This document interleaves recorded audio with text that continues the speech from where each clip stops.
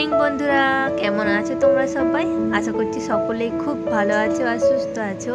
তো দেখো, আবারও অনেক দিন পর আমি একটা ভিডিও দিলাম। আর যেহেতু অনেক দিন শরীরটা সেরকম ভালো ছিল না, তাই বড় ভিডিও অনেক দিন শ্যুট করা হয়নি। তো আজকে আবার দেখো কোথায় এসে ভিডিওটা বানাচ্ছি, একদম ট্রেনে। মানে এর আগে একদমই সময় ছিল না হাতে, কি বলবো তোমাদের। এর আগে কিন্তু একটা ননদের সাধ ছিল, সেখানেও গিয়েছিলাম তাড়াতাড়ি করে।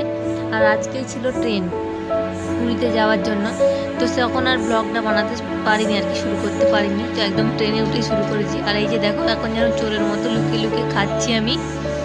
অনেকদিন পর ভিডিও দিচ্ছি, তাও আবার এরকম দেখছো আর কি তোমরা আমাকে, যে চোরের মতো লুকিয়ে লুকিয়ে খাচ্ছি। এখন আর কি ট্রেনের মধ্যে বসে আছি, সিটের ওপরের মাঝের সিটে রয়েছি আমি। তো আর এইদিকে দেখো, আমরা পুরীতে যাচ্ছিলাম, তো প্রায় এসেই গেছে, সকাল হয়ে গেছে, আর বেশিক্ষণ বাকি নেই। কিন্তু আমাদের ওই ট্রেনটা ছিল ওই 9:05 ট্রেন ছিল, আমরা তখন উঠেছিলাম।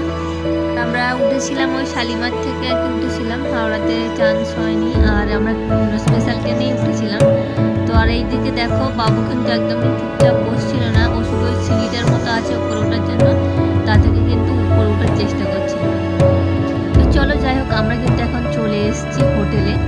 আর হোটেলে এসেই দেখো, এই যে কত সুন্দর অ্যাকোরিয়ামে মাছগুলো সাজানো আছে। আর বাবু তো খুব খুশি হয়েছিল এগুলোকে দেখে, এই যে ছুটতে দৌড়ে চলে এসেছে দেখার জন্য।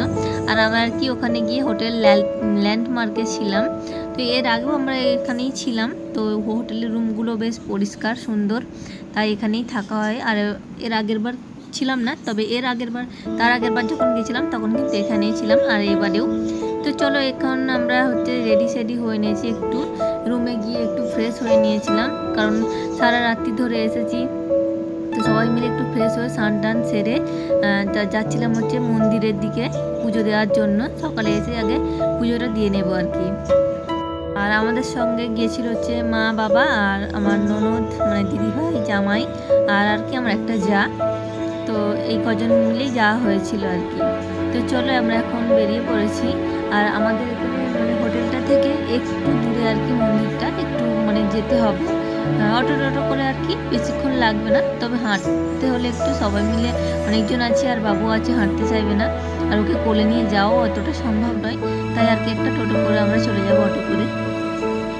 তবে কি বলতো, আমাদের হোটেলটা যে ছিল না একদম সমুদ্রের ধারেই। তো আমাদের সমুদ্রের ভিউটা যে আসছিল, জানলা থেকে বেশ খুব সুন্দরই দেখাচ্ছিল। তো হয়তো এই ভিডিওতে সবটা দেখাতে পারছি না, তবে নেক্সট ভিডিওতে কিন্তু দেখাবো অবশ্যই তোমাদের। তো চলো, আমরা এখন মন্দিরে যাওয়ার জন্য কিন্তু অটো করে উঠে পড়েছিলাম, আর চলে এসেছি মন্দিরে। আর দেখো কত ভিড় রয়েছে, আর এখানে সব কিছু জমা দিয়ে যেতে হবে, আর ফুল নিয়ে কিন্তু ভেতরে যেতে দেবে না। এখন তো সব মন্দিরেই এরকম সিস্টেম, তোমরা জানোই। তো চলো, এই দিকটা একটু তোমাদেরকে ঘুরে দেখাই, চারিদিকটা। আর এদিকে কয়েকজন আর কি ছোট বাচ্চারা আর কি, যারা স্কেটিং করছিল, খুব ভালো লাগছিল দেখতে। আর আজকের ওয়েদারটাও একটু মেঘলা মেঘলা টাইপ ছিল, খুব রোদ্দুরও নয় আর বৃষ্টি হচ্ছে এরকমও নয়। তো বৃষ্টিটা যেহেতু আগের দিন হচ্ছিল, বেরিয়েছি যখন প্রচণ্ড বৃষ্টি মাথায় নিয়ে গেছি। তো সেখানে গিয়ে তো ঠাকুরের কৃপায় ভালোই বলতে হয়, বৃষ্টিটা থেমে গেছে, নাহলে কিন্তু আমরা ঘুরতেই পারতাম না ঠিকঠাকভাবে। আর এই যে শাড়িটা পরে আছি আমি এখন, তোমরা কমেন্ট করে জানিও তো কার কার মনে আছে এই শাড়িটার কথা, আমি কোনখান থেকে নিয়েছিলাম এই শাড়িটা। আর এই পুরীতে না যতবারই যাওয়া হয়, মন আর ভরে না, যেতেই থাকি এরকম মনে হয়। আর এখানে সকাল থেকে ওই যে ট্রেনে খাওয়া হয়েছিল, রাত্রে আর কিছু খাওয়াই হয়নি, ওই একটু চা নেওয়া হয়েছিল, সবাই খাওয়া হয়েছিল। তো এই যে দেখো, আমরা এখন পুজো দিয়ে তারপরে আর কি দুটো একটা করে লুচি সবাই আর কি খেয়ে নিচ্ছি পুরি। তারপর আমরা হোটেলে গিয়ে খাবো। তো এখানে আর কি প্রচণ্ড খিদে লেগেছিলো বলে ওখানেই বসে খেয়ে নিয়েছিলাম। তো এরপর আমরা চলে এসেছিলাম হোটেলের এখানে। তো হোটেলের নিচে আর কি যে হোটেলে আছি, ওর হোটেলেই আর কি ওনাদেরই আর কি রেস্টুরেন্টটা। তো ওখানেই আমরা খাওয়া দাওয়া করবো, সবাই মিলে বসে আছি। আর ওর আর কি অর্ডার দিয়ে হাত ধুতে গেছে আর কি। তো আর আমরা বসেছিলাম এখানে, আমাদের খাবারগুলোও কিন্তু এসে গেছে। আর এখানকার খাবারগুলোও কিন্তু বেশ টেস্টি, কি বলবো বন্ধুরা, অসাধারণ ছিল। আর আমরা চিকেন খাইনি, তো আমরা নিয়েছিলাম ফিশ, পার্শে মাছ নিয়েছিলাম বেশ বড়, আর নিয়েছিলাম পমফ্রেট মাছ, একটা সবজি, চাটনি, এসব ছিল আর কি। তো তারপরে আর কি ওখানে খাওয়া দাওয়া সেরে চলে এসেছিলাম রুমে, আর একটু রেস্ট নিয়ে দেখো আবারও সন্ধ্যের দিকে বেরিয়ে পড়েছিলাম অক্টোপাসগুলো কীরকম আর কি বিক্রি হচ্ছে। আর এখানে ছিল মাছ। তো জানোই যে সমুদ্রের ধারে মানে কাঁকড়া আর সমুদ্রের কাঁকড়া, মাছ ভাজা এগুলো চলে। তো আমরা প্রতিবারে গেলেই কিন্তু এগুলো খাই।